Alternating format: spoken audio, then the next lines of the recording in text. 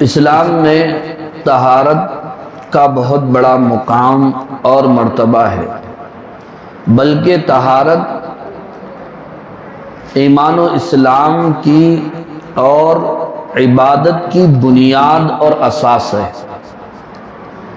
بنیاد کا مطلب کیا ہوتا ہے؟ جب ہم گھر بناتے ہیں تو ہماری کوشش یہ ہوتی ہے کہ بنیاد مضبوط ہو، اس لیے کہ ہم کو معلوم ہے بنیاد مضبوط ہے تو اوپر جتنی منزلیں بنیں گی اور جتنی بلڈنگ بنے گی وہ مضبوط ہوگی،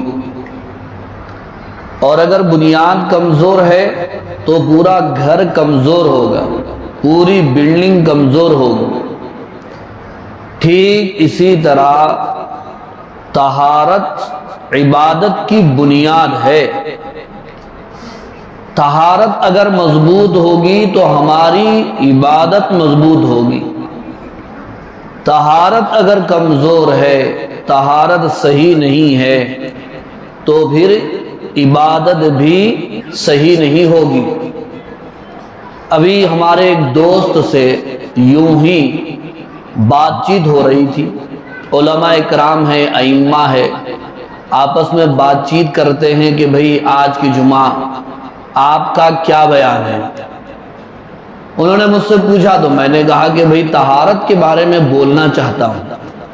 تو انہوں نے کہا کیا مولانا آپ بھی طہارت کے بارے میں بول رہے ہیں؟ پرانے عناوین ہیں، پرانی باتیں ہیں، کئی مرتبہ اس کے اوپر گفتگو اور بیان ہو چکا ہے۔ میں نے کہا کیا بولوں؟ آپ بتائیے۔ نہیں، حالات حاضرہ پہ بولیے۔ تو حالات حاضرہ پہ کیا بولوں؟ کہنے لگے کہ معیشت کے بارے میں بولیے۔ یعنی معیشت کا مطلب پیسوں کے بارے میں، کمانا، مسلمان کیسے آگے بڑھنا۔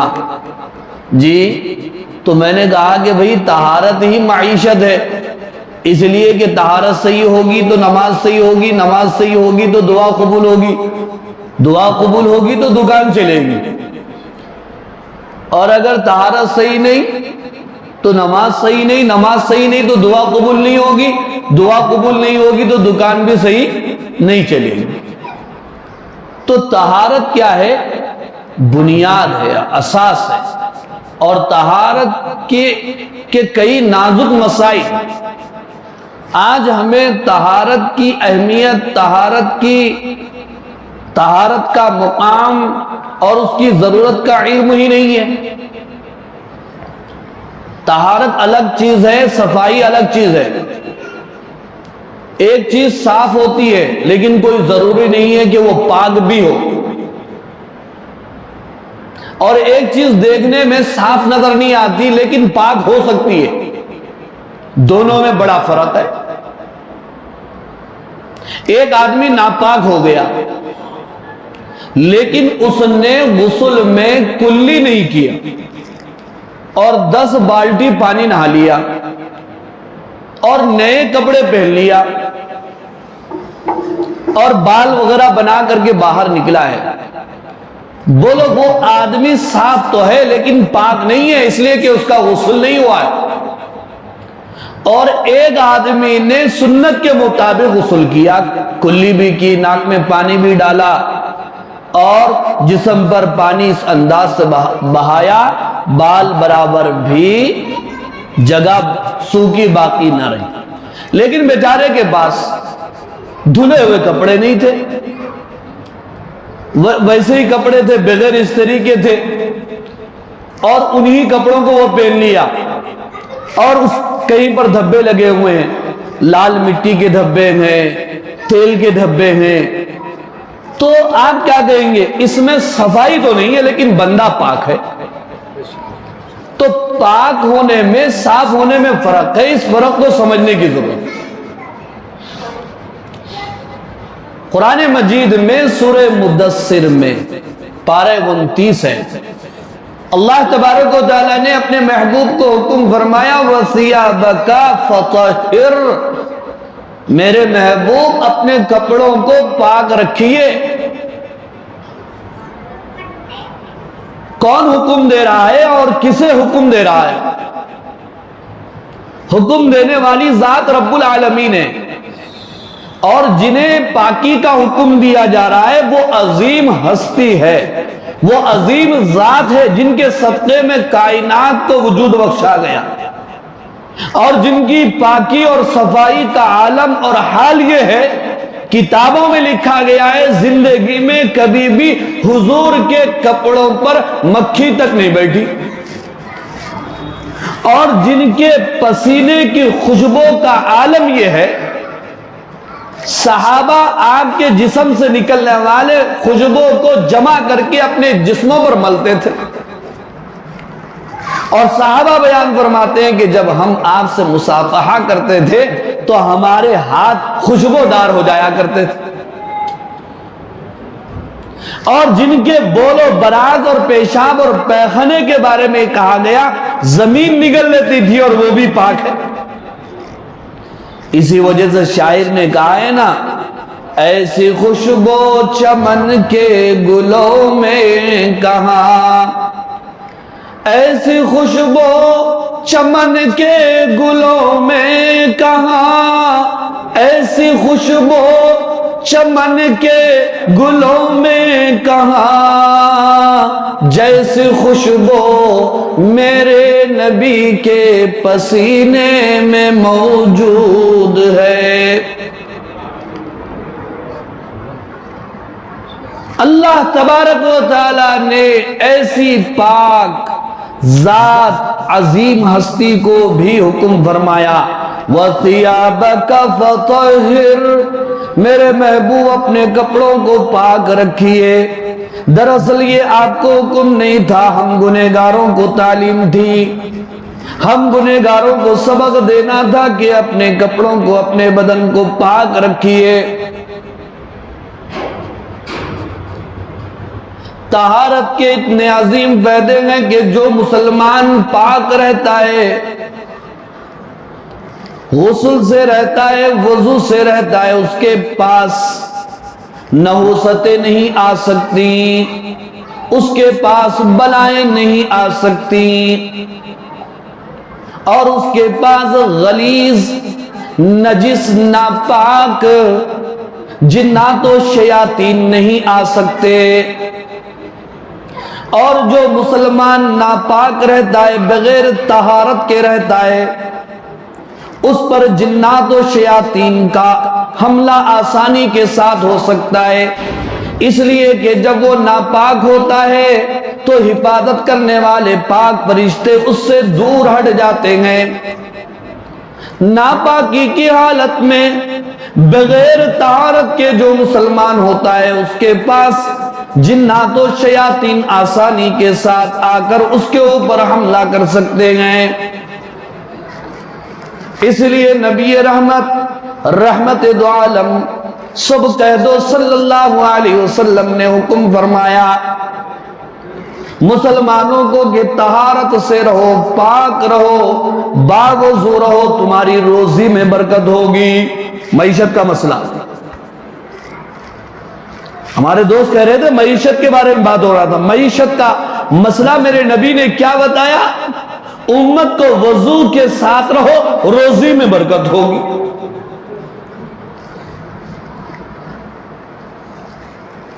طہارت کی دو قسمیں، ایک طہارت حکمی اور ایک طہارت حقیقی ہے۔ طہارت حکمی اس طہارت کو کہتے ہیں جو نظر نہیں آتی، اور طہارت حقیقی اس نجاست سے پاک ہونا ہے جو نجاست نظر آنے والی ہے۔ جیسے انسان سے گیس خارج ہو جائے، خون نکل جائے تو آدمی ناپاک ہو جاتا ہے، اس کے اوپر نماز پڑھنے کے لیے وضو کرنا ضروری ہو جاتا ہے۔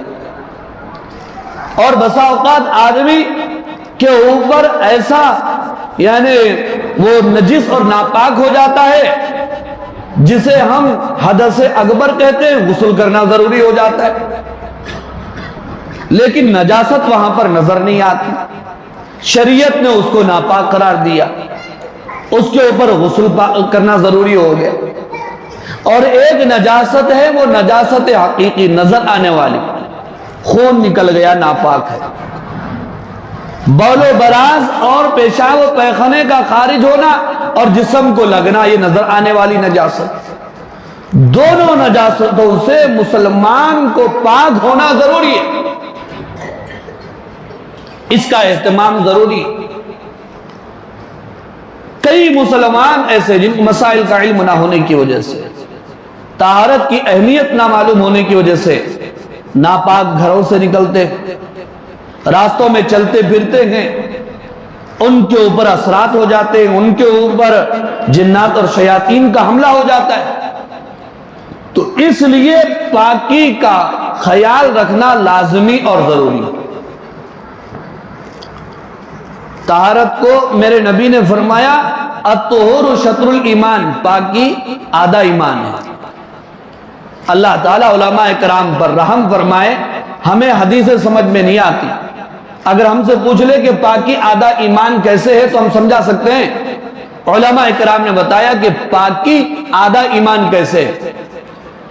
دیکھو، جب کوئی آدمی اسلام اور ایمان قبول کرتا ہے، وہ کلمہ پڑھتا ہے، غسل کرتا ہے اور وضو کرتا ہے، علماء کرام نے بیان فرمایا، حدیث میں بھی ہے کہ اس کی برکت سے اس کے پچھلے سارے گناہ معاف ہو جاتے ہیں۔ یہی تو آدھا ایمان ہے۔ اور ویسے حدیث میں یوں بھی ہے، جب مسلمان وضو کرتا ہے تو اس کے پچھلے سارے صغیرہ گناہ معاف کر دیے جاتے ہیں، یہ بھی تو آدھا ایمان ہے۔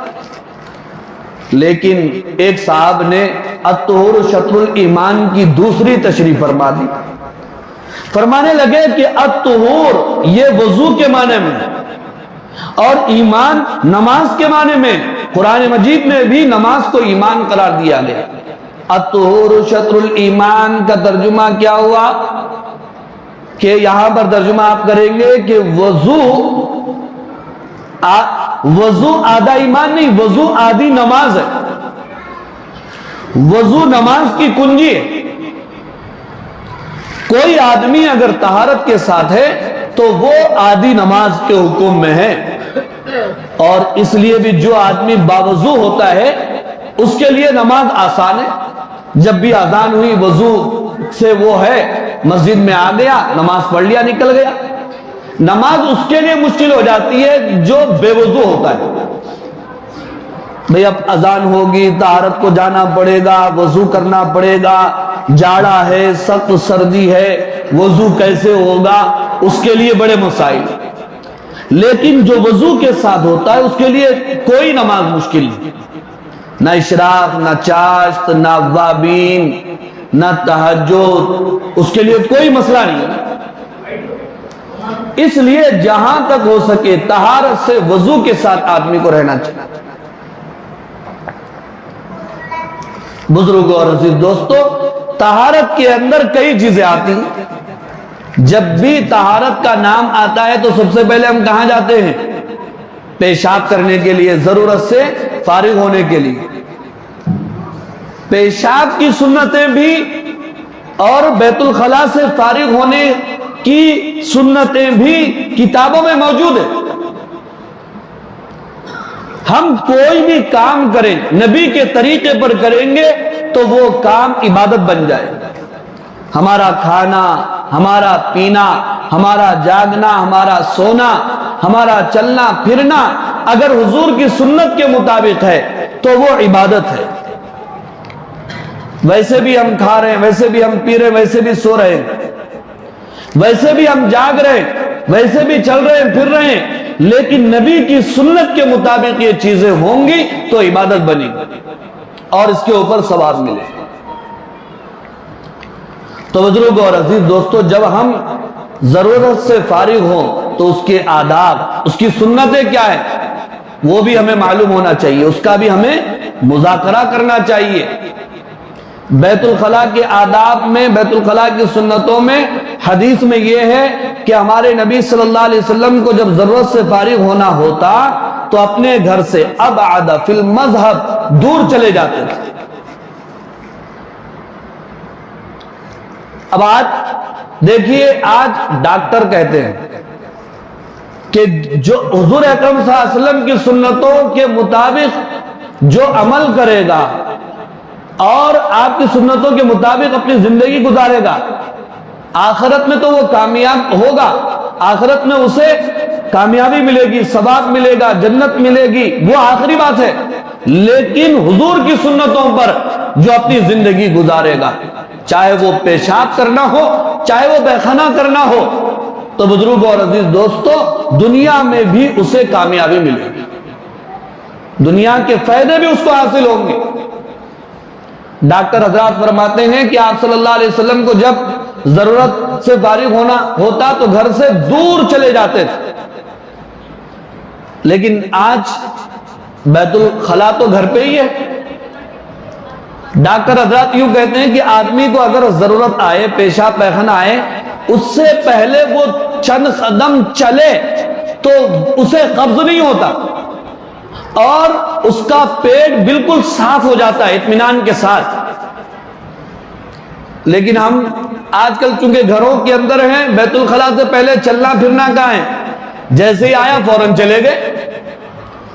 نتیجے میں یہ ہو رہا ہے، ڈاکٹر حضرات فرماتے ہیں کہ اطمینان کے ساتھ وہ ضرورت سے فارغ نہیں ہوتی، اس کی کچھ غلاظت، کچھ نجاست، بڑی آنت میں جو بیت الخلا کی نجاست کی آنت ہوتی ہے، اس کے اندر نجاست باقی رہ جاتی ہے، جس کے نتیجے میں بیماریاں لاحق ہوتی ہیں، گیس کی بیماری، قبض کی بیماری، اپنڈکس کی بیماری، دل کے دھڑکنے کی بیماری، جگر کی بیماریاں پیدا ہوتی ہیں۔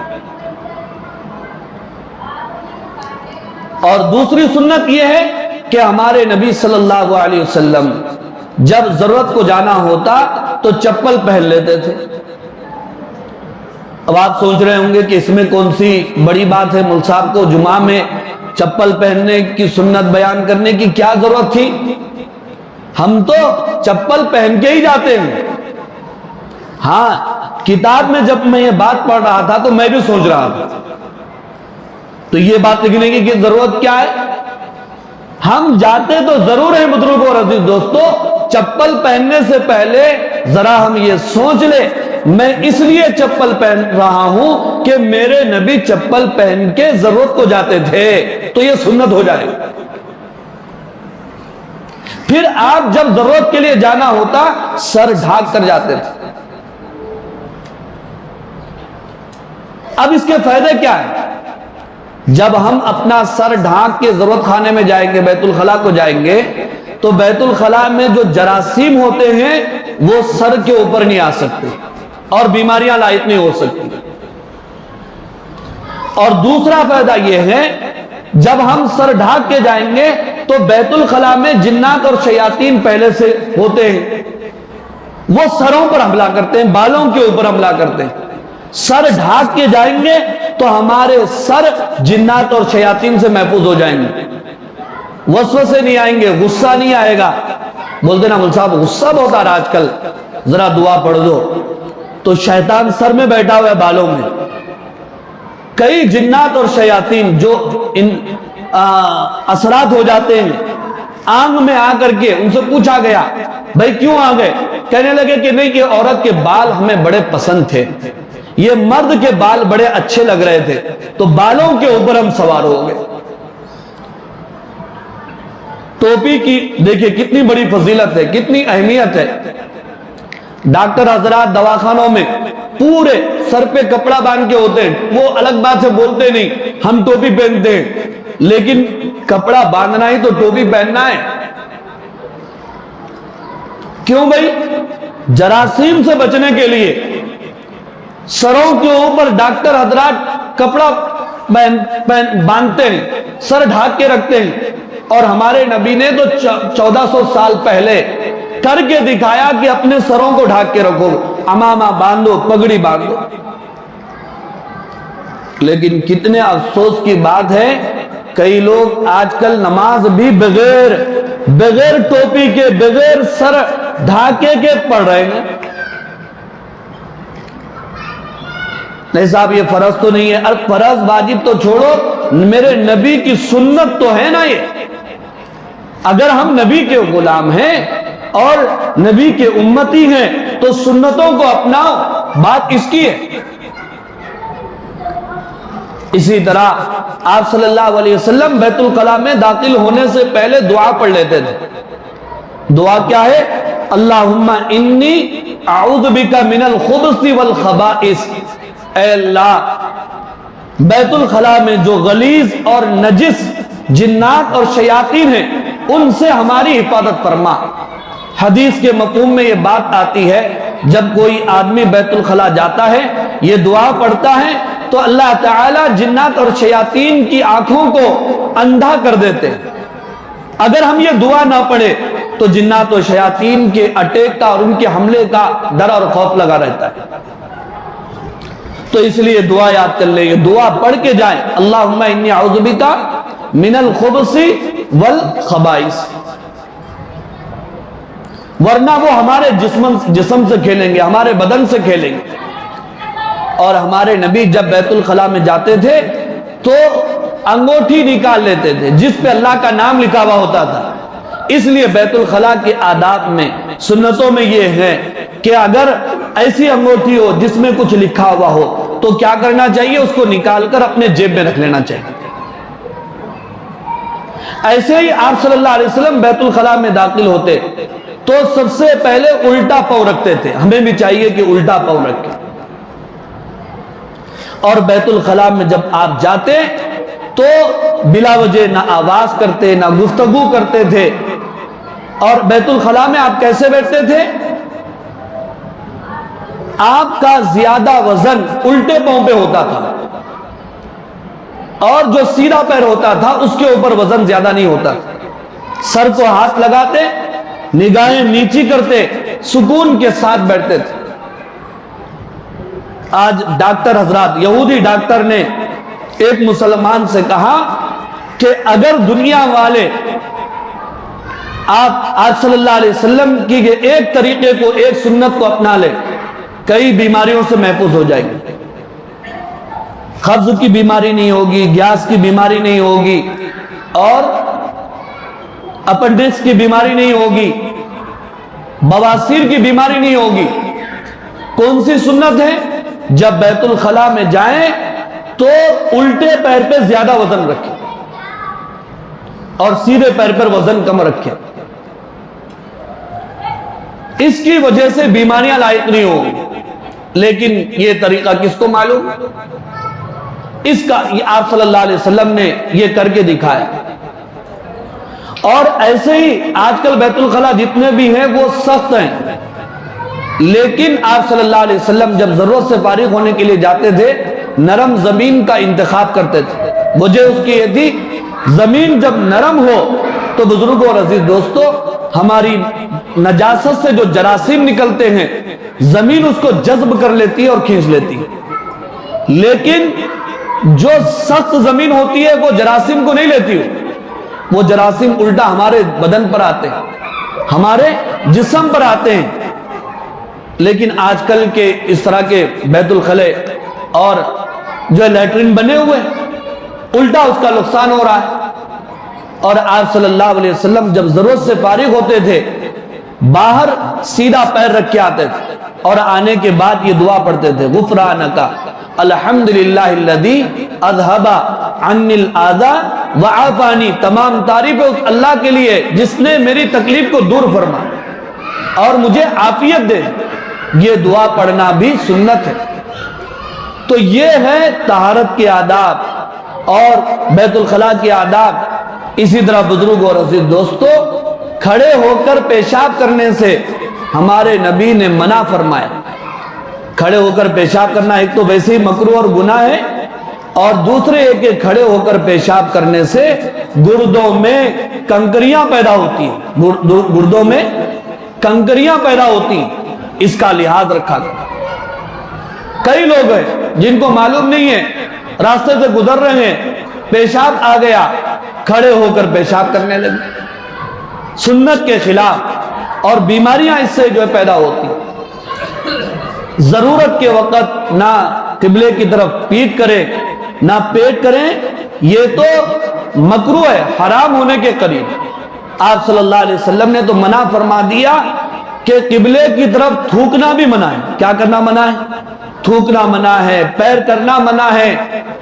ایک حدیث کا مفہوم ہے جو قبلے کی طرف تھوکتا ہے کل قیامت کے دن اس حال میں آئے گا کہ اس کا تھوک اس کی پیشانی کے اوپر ہوگا۔ دعا فرمائیے اللہ تعالی ہمیں ان سنتوں کے مطابق ضرورت سے فارغ ہونے کی توفیق عطا فرمائے۔ وآخر دعوانا الحمدللہ رب العالمین۔ سنتوں سے